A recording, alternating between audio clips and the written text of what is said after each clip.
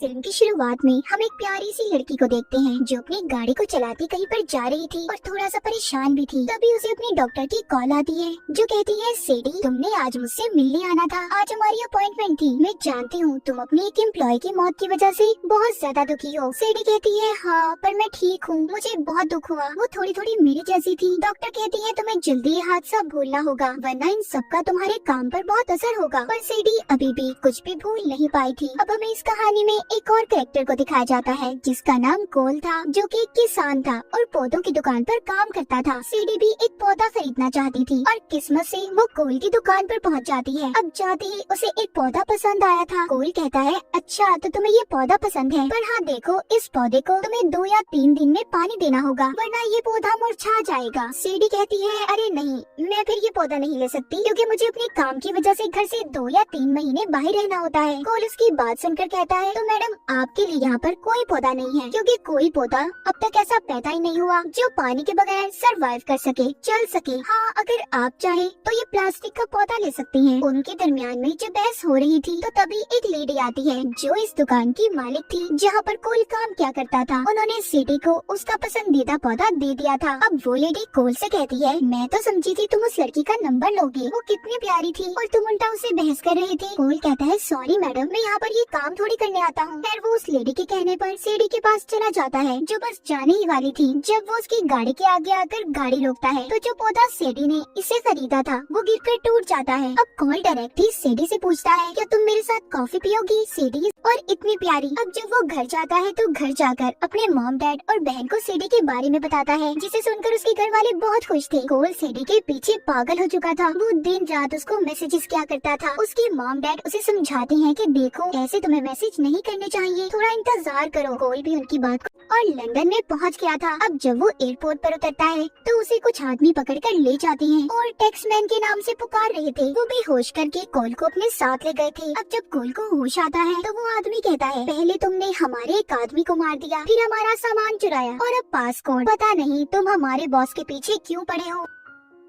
कोल उस आदमी से कहता है, अरे नहीं यार, मैं कोई टैक्समैन नहीं हूँ, तुम्हें कोई गलत फहमी हुई है, मैं तो सीधा साधा सा एक किसान हूँ जो लंदन में अपनी दोस्त से मिलने आया था। वो आदमी कहता है, अच्छा तुम एक्टिंग अच्छी कर लेते हो मगर तुम अब हमसे नहीं बच सकते। कोल उसे कहता है, मैं झूठ नहीं बोल रहा, तुम मेरा पासपोर्ट भी चेक कर सकते हो। तभी वो आदमी कोल को और ज्यादा टॉर्चर अजियत देने के लिए उस पर एक कीड़ा छोड़ने वाला था। तभी उधर सीडी आ जाती है जिसने उस जगह का दरवाजा तोड़ दिया था और आकर उस आदमी को पीछे से मार देती है। उसने चेहरे पर नकाब पहना हुआ था। कोल को भी उसने बचा लिया था और जब वो अपना नकाब उतार कर दिखाती है तो कोल कहता है, सीडी तुम यहाँ पर क्या कर रही हो? सीडी कहती है, ये सब मैं तुम्हें बाद में बताऊंगी। इसके बाद वो अपनी गन से वहाँ पर एक को मार रही थी और कोल को भी एक गन देती है। कहती है, सबको मारना मेरे अलावा। वो यहाँ पर उसे अपने काम के बारे में बताती है। कहती है कि मैं CIA की एजेंट हूँ, हमारी एजेंसी के लिए इन्होंने जाल बिछाया था जिसमें तुम फंस गई। ये तुम्हें टैक्समैन समझ रहे हैं पर इन्हें क्या लगता है मैं इनके जाल में इतनी जल्दी फंस जाऊंगी? ऐसा नहीं हो सकता। कोल ये सब बातें सुनकर परेशान था। वो सोचता है क्या सीडी ने उससे झूठ बोला? यहाँ पर हमें पता चलता है कि टैक्समैन कोई और नहीं बल्कि सीडी ही है। अब टैक्समैन की क्या कहानी थी ये हमें आगे जाकर कहानी में पता चलेगा जिसको वो लोग ढूंढ रहे थे। पर खैर किसी तरह सीडी बचाकर कोल को ले आई थी। वो एक पहाड़ी से छलांग लगाकर दोनों एक बस में बैठ जाते हैं जहाँ पर सीडी बस को चलाते हुए उन आदमियों पर गोलियां चला रही थी जो इनके पीछे आ रहे थे और उनकी बहुत सी गाड़ियों को टक्कर मारती है। एक गाड़ी में तो बहुत जोर से धमाका भी हुआ था, सभी गाड़ियां तबाह हो चुकी थी। तभी एक गुंडा बस के अंदर आ जाता है जो सीडी को मारने ही वाला था, लेकिन कोल ने सीडी की जान को बचा लिया था। दोनों उन गुंडों से बचकर आगे निकल गए थे। सीडी अभी जगह पर बस को रोकती है। कोल उससे कहता है कि तुम झूठी हो, तुमने मुझसे झूठ बोला है, तुमने सब कुछ मुझे गलत बताया अपने बारे में। सीडी कहती है, नहीं,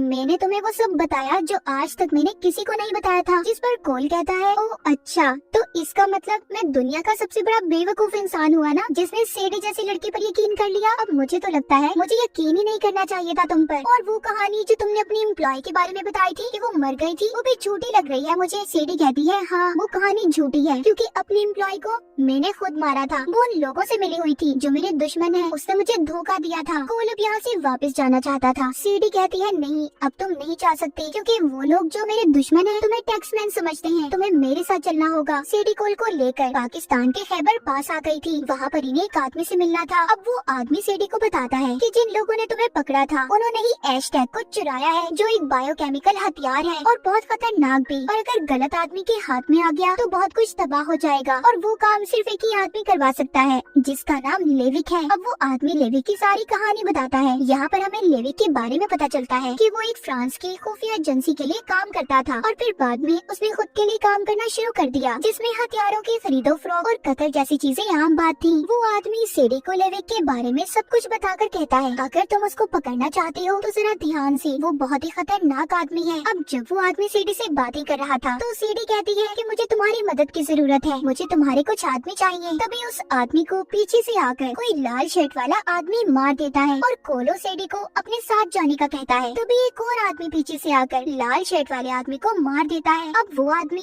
इन दोनों को अपने साथ ले जाने की कोशिश करता है। तभी एक और आदमी आ जाता है और पहले वाले आदमी को मार देता है। अब लाल शर्ट वाला फिर से इनको पकड़ लेता है। ये सब कुछ इस वजह से हो रहा था क्योंकि लेविक ने कोल के सर पर टैक्समैन समझकर बहुत बड़ा इनाम रखा था। टैक्समैन CIA की खुफिया एजेंसी के लिए काम किया करता था और उसको उस बायोकेमिकल हथियार का पासकोड भी पता था।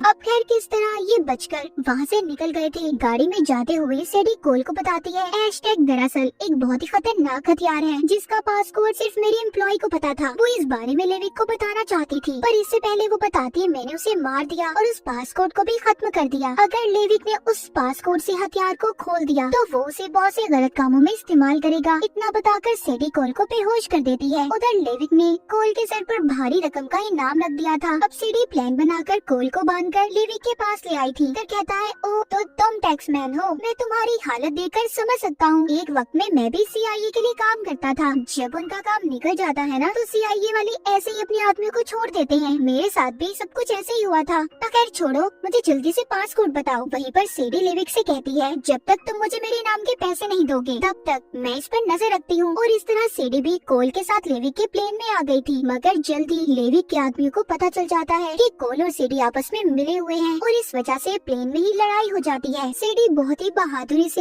लेविक के आदमियों का मुकाबला कर रही थी, तभी उसे लड़ते हुए चाकू लग जाता है। वो जख्मी हो गई थी। ये देखकर अब कोल सेडी और बायोकेमिकल वाले ब्रीफकेस को लेकर चलते हुए प्लेन से छलांग लगा देता है। अब जब सेडी को होश आया था तो ये जंगल में थे। उसे जानकर बहुत अच्छा लगता है कि कोल ने उसकी जान बचा ली। अगली सुबह लेविक और CIA के आदमी इन दोनों की तलाश में थे क्योंकि इनके पास बायोकेमिकल हथियार वाला ब्रीफकेस था। ये दोनों जंगल में थे। अब वहाँ पर CIA और लेविक के आदमियों के दरमियान में लड़ाई हो जाती है। यहाँ पर सेडी सिर्फ एक ही चीज को बचा सकती थी, कोल को या फिर ब्रीफकेस को। उसने कोल को चुना था। अब लेविक के आदमियों को ब्रीफकेस मिल जाता है और CIA वाले सेडी और कोल को अपने साथ पूछताछ के लिए ले गए थे कि उसने ब्रीफकेस लेविक के लोगों को क्यों ले जाने दिया। अब CIA और FBI के एजेंट ये फैसला करते हैं कि वो लेविक को पासपोर्ट का आधा हिस्सा बताएंगे, जिसको बताने वो उसको एक होटल में बुलाने वाले थे ताकि फिर वो उसे पकड़ सके। और इसी के लिए वो कोल की मदद मांगते हैं क्योंकि लेविक की नजर में कोल ही टैक्समैन था जिसको पासपोर्ट का पता था। कोल ना चाहते हुए भी इनकी मदद करने के लिए तैयार हो जाता है। सेडी उसे बहुत मना करती है कि इस काम में बहुत खतरा है, लेकिन फिर भी कोल उनकी मदद करने के लिए तैयार था। पर लेविक को जल्दी CIA की चाल के बारे में पता चल गया था। वो उन एजेंट्स को मार देता है जो कोल को गाइड कर रहे थे। अब वो कोल के पास जाता है और कहता है चलो पासपोर्ट बताओ या फिर मैं अपना तरीका इस्तेमाल करूँ,